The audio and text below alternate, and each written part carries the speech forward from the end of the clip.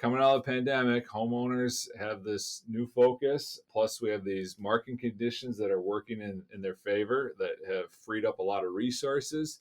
You have the aging the demographic features that are, as Ellen mentioned, with the boomers and the millennials, that things are looking very bright for businesses that are servicing the home service industries.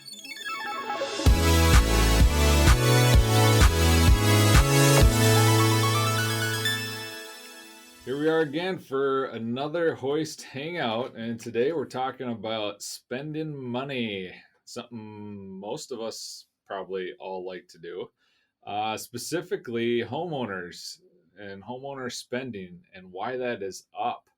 We're basing a lot of our discussion today off of a very thorough report from Angie, and that's the company we're talking about, not an individual, formerly known as Angie's List, now going by Angie, The Economy of Everything Home 2021. It's their report. And it's very interesting. And we're just going to dive in because it's very applicable for home service businesses because there's a lot of factors going on economically that are impacting what homeowners are doing and how they're spending. A lot of this is the result of COVID and the pandemic. People were sent to their homes, whether they liked it or not, both personally and in many cases professionally. As people retreated to their homes, consumer spending followed them. There's an unexpected boom of economic activity around the home. And no longer were homes viewed as this force where we just save and protect, but they're the new epicenter of our personal and professional lives. Specifically, what's driving some of this is the characteristics that shape home service demand. And one great stat was that the median home age in the country is 43. So across America, our homes are just aging, right? As we are as well, but homes are getting up there in age. And so that means nearly 40% of America's housing stock was built before the 70s. And this, while it's not necessarily true that older houses all require more spending, there's that relationship between home age and home spending. Secondly, is the role of consumers and their ages, their incomes, and their family sizes, and how that factors into this. Specifically, we'll touch on ages, and I'm just going to briefly mention it right now, but what is currently unique about the demographics of homeowners is that we have two large segments. One segment is the baby boomers, and the other one is the millennials. The boomers are all reaching that stage of life where they don't need a large home, but they want to age in place. So what they're doing is a lot of renovations to help them age in place. The millennials, on the other hand, are hitting that age where they are beginning to move into homes. So if they're moving into older homes, they're more inclined to renovate to accommodate their stage of life, which in some cases is a growing family.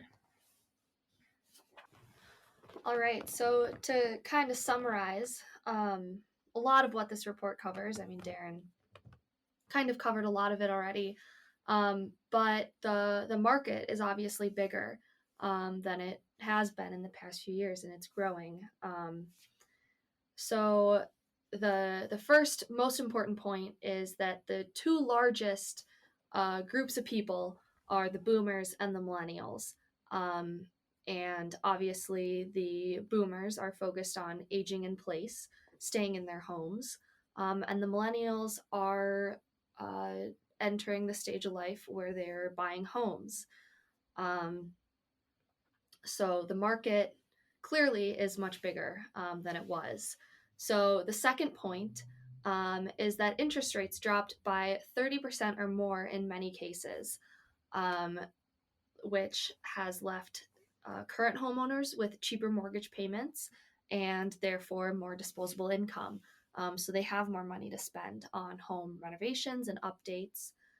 And those lower interest rates drove more buyers into the home ownership market. So that's where the millennials come in. With the low interest rates, it's obviously a very attractive time to purchase a home. So there's a much higher demand for home services as people, moved out of their rental units and purchased homes. And with that disposable income, people living in smaller homes are also moving into larger homes.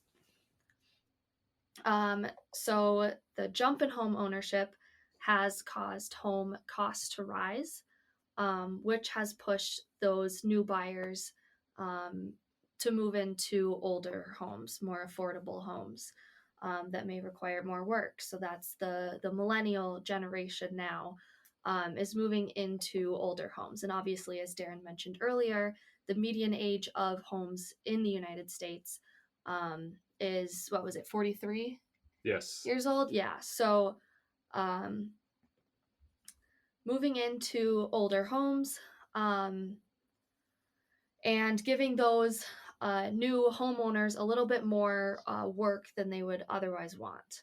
And the final big point kind of covered in this report is obviously due to the pandemic and just the drive in technology is that most people's lives have really shifted to focus on online and digital.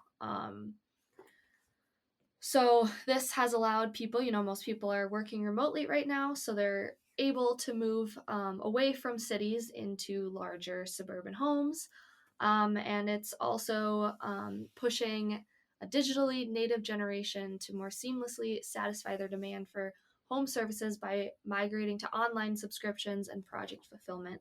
So this kind of leads us into the fact that these homeowners are they're online, and that's kind of the place to reach them right now. Perfect. So that's kind of how we got to this point on why homeowners are spending. And Ellen just went through the factors that are helping shape the market. We're going to elaborate on that last one about how consumers are going more online, because that's our area that we like to talk about. So, Ryan, how about you start us off with what business owners should be prepared for going into the future? Sure. Yeah, not a problem. So there are many things you have to do to be prepared, as Ellen so eloquently stated. Uh, that millennials, for example, not only are going into homes more frequently now because of the interest rates, which are great, the new housing costs are not so great. So now they're going into older housing markets. So you have a bunch of people in old houses that likely need a lot of work, and like Ellen stated before as well, they're a lot of time they're working remote, so they're staring at their yards 24/7. They're the same old dishware they're looking at every single day, and so they have some budget because their interest rate was so low, and their house is an older house, so they didn't have to spend so much, and now they're willing to spend, which is great. And it's great for your business, and you can reach this homeowner no problem. But the problem is, are you prepared to have an influx of work? If you're not prepared to have an influx of business, then you're going to completely fall flat on this opportunity. There really is an opportunity out there right now to take advantage of how much these homeowners are spending. And so one of the first things you can do is either staff up right now or get prepared to staff up. A good phrase that I heard from a friend of mine and a mentor of mine is said you always have to keep your bench warm. And what he meant by that was make sure that you have plenty of people that are willing to jump in and work just in case you get an influx of extra work, an employee leaves or something of that nature. So first piece of advice that I would like to give is make sure you have a warm bench. Then make sure you have people that are on standby, ready to jump in and work with you at a moment's notice, because if you really do take advantage of the spending and you lay out a good marketing campaign and all of a sudden business goes crazy, well, then there you go. You have the staff to fill that need and you can grow, grow, grow. So my really quick initial piece of advice would be to staff up or be prepared to staff up. Ellen, what kind of advice do you have? Right. So I think second, it's most important to know your customer. So as a home service business at this time, your potential audience spans 3 different generations. And obviously, that's going to require um, a few different methods to reach each. So obviously, we mentioned earlier the boomers and the millennials are they make up the largest portion of this audience, and they are vastly different. There's a big age gap between them, and obviously they have different lifestyles, different needs. Um, so boomers obviously are reaching the point where they're focused on aging in place and staying in their homes. Um, and obviously they are a little bit less tech centered. There's a stat online that boomers are 80% more likely to go online via a desktop device, which is obviously vastly different than millennials, which are mobile everything. So obviously it's important with that millennial generation to make sure that your digital presence is optimized for mobile. So I think it's important to understand that you're talking to a lot of different people, and that you need to talk to them in a few different ways. So say you're running an online campaign, it's important to kind of segment that audience and make sure that you speak to them a bit differently. Boomers have the largest disposable income as they're, in retirement. Um, so they're more willing to pay for a quality service, a little bit more, but they're still interested in comparing prices. So leading with price is still very important to that generation. Whereas millennials more value transparency. They kind of grew up with advertising being thrown at them. They're used to those ads reaching them on their phones all day, every day. They know that they're being targeted. So something really important to that generation is finding businesses that are authentic and transparent, reading those online reviews to make sure that they're reputable. So that's really what's important to that generation. So just making sure in your marketing that you know who you're talking to, and that you can't talk to everyone the exact same way. So That's great. As you, as a business owner, learn to know your customer and talk to them the right way, there are a few things that should also be considered in this changing environment as homeowners are spending more, and that is expanding the service offerings. And this won't apply to every business, but it should at least be considered, because these are ways to satisfy user demand for home services through online formats. So, first is online subscriptions. And again, we know this doesn't apply to everyone, but a common place you see this is appliance repair. That industry is huge. There's people repairing their their appliances and homes frequently, and you can get an appliance repair plan all across the country. And that subscription service is sold, and it's great. It provides assurance, so that's something that, if possible, should be considered. You see subscriptions for handyman services, maybe for lawn mowing. You can get subscription services for socks, razors, car washes. Restaurants are doing it. We're all probably familiar with streaming services. Wine, chocolate, exercise. Any Peloton fans out there? The list is endless, and I don't know about you guys, but my subscription list is kind of getting out of control. There's a term out there called power subscribers. That's defined as someone with 10 or more recurring payments, 10 or more recurring subscriptions that they have each month. And I just foresee this going up. And before too long, we're going to lose track of our subscriptions, and there's services and apps out there that help us keep track of all of it. So Truebill is one of them.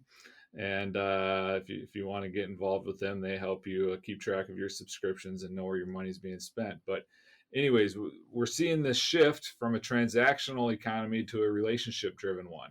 And that's what subscriptions help. They help build that recurring touch point with the customer. And it's that constant reminder that people have a relationship with the brand.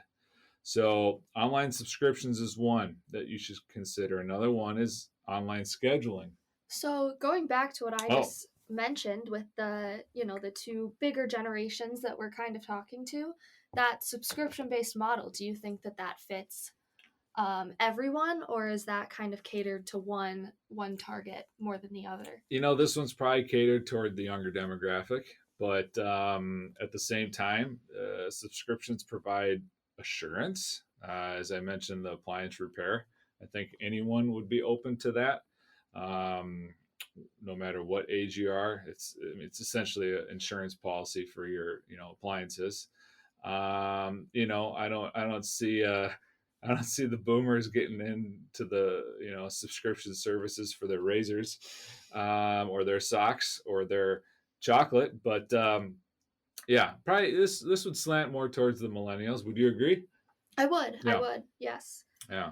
So the other item that I mentioned was online scheduling. Obviously, most businesses, they should have this down by now. If COVID didn't force you to do it, get on board. If you have scheduling, get it online. Um, Again, this probably slants more towards the younger demographic, but people just want to control their schedule. And if they can go online, pick a time slot 2 weeks from now to have their lawn mowed, to have their windshield replaced, whatever it is, they will do that. So keep that in mind. Next is on demand services. So consumers, they're looking for convenience, speed, simplicity. So if you are a business that can provide or offer this, you should strongly consider it. And what I'm talking about is, some industries that already utilize this are travel, education, um, you know, delivery, shipping, parking, and subscription, pet care, family care, home services. The list goes on. There are many companies using the on-demand economy. So, and more companies are popping up to meet this demand every month. So, if you aren't on it, there's probably going to be a new company evolving within your industry to provide that on-demand service. There's obviously huge benefits. The ability to have real-time fulfillment of goods and services.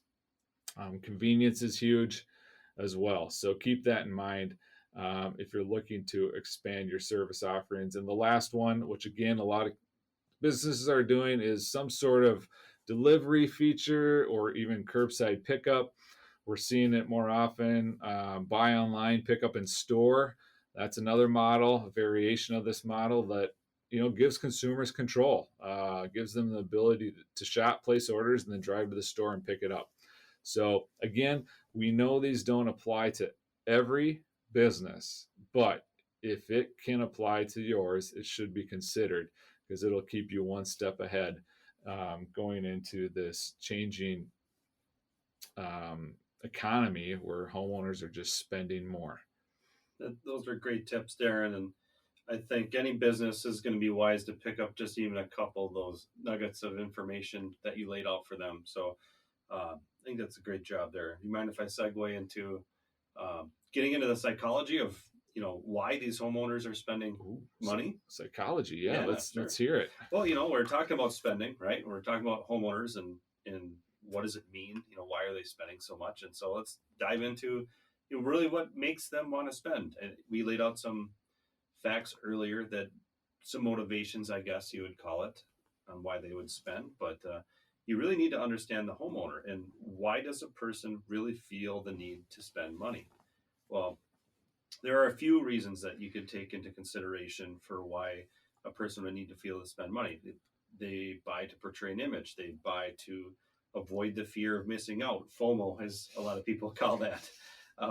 They buy to gain or earn freedom. They buy to fit in and belong. They buy for immediate gratification or to solve a problem. So why is this important? Why is it that knowing what homeowners can spend can help you reverse engineer good sales campaigns? Well, let's take it one by one and just look at it case by case. So, for example, why homeowners buy to portray an image. So, people do want to portray themselves in the best light possible. And this is where your branding for your company is huge. If you can portray your brand as the one that the homeowner associates with a high level of quality, then if they're using your brand, they're lifting up their image, and their image is much better. So if you have a solid brand that's with luxury or quality and better than your competition, more homeowners are going to be more enticed to use your brand because they need to portray that image. So that's one example. Another one's the FOMO that we talked about a little bit ago. If you can project scarcity, then you can trigger this emotion.